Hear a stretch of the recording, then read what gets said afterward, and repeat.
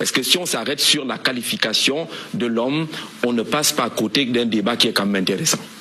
Non, moi je crois que les gens ne comprennent pas bien M. Kamto.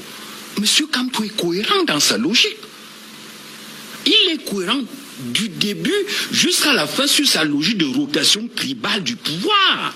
Et donc lorsqu'il parle, quand M. Kamto parle, il veut dire que aux prochaines élections, si le pouvoir est gagné par un nordiste, ce sera le gré à gré. Si le pouvoir est gagné par un écan, ce sera le gré à gré. S'il est même gagné par un Bassa ou un Douala, ce sera le gré à gré. Pour qu'il n'y ait pas de gré à gré, il faut que ce soit, dans le cadre de la rotation tribale, lui. C'est clair. Et il appelle ça, puisque lorsqu'on voit le comportement de Kamto du début jusqu'à la fin, c'était un comportement de revendication tribale du pouvoir. Et c'est cette logique-là qui est sous-jacente à toutes ces actions. Ça doit être clair. C'est pour ça que pour moi, le gré à gré apparaît comment? Le billet est mort. Donc, comme billet est mort, donne-nous le pouvoir. On vous soupçonne même de vouloir le confier, même de vouloir le remettre à son fils. Hein? Ce n'est pas possible. Si vous le tentez, il y aura le sang. Si vous tentez de remettre le pouvoir au nord, parce que dans leur logique, ils ne sont pas dans une logique de la démocratie, que quelqu'un va gagner les élections dans les urnes. Non! Ils sont dans une logique de... Ils ont une perception essentiellement communautariste du pouvoir. Même lorsqu'ils parlent de peuple, ils parlent de quel peuple? Ils parlent de leur peuple à eux. C'est-à-dire une perception toujours communautariste. Donc il n'y a aucun accident dans ce qu'il faut. Il dit, c'est parce que vous ne vous situez pas dans son univers à lui. Vous vous situez peut-être dans l'univers des institutions, c'est pour ça que vous ne pouvez pas comprendre. Ou même l'univers politique.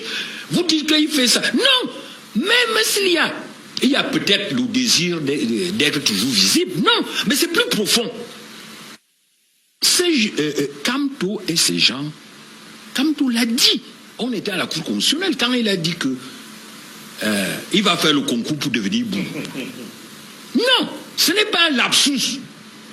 Ça traduit une vision du Cameroun. Et cette vision-là que vous voyez partout, ce n'est pas un accident.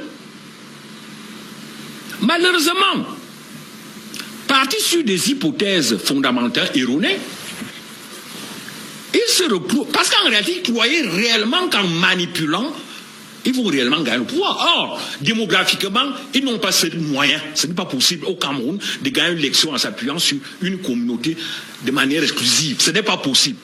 Or, ils croyaient que c'était possible. Maintenant, ils se retrouvent confrontés à une situation. Il lui reste quoi? La confusion, le désordre, pour pouvoir prendre le pouvoir. Et c'est ça qu'il est en train d'entretenir. Si on prend telle mesure, et le peuple va descendre dans la rue. Dans quelle rue? Ou à Yaoundé? Ils ne peuvent pas. Donc, c'est vraiment... quand tout est cohérent, seulement, il ne peut pas réaliser ce qu'il a en tête. C'est pour ça que... il faut continuer normalement avec les réformes engagées, parce que le vrai problème du Cameroun, et le Cameroun a besoin de revoir sa constitution, revoir même son vivre ensemble, parce que c'est ça qui est fondamental. Ce n'est pas ces perceptions totalement dépassées d'un Cameroun communautarisé, où on tente de manipuler par-ci par-là. Non.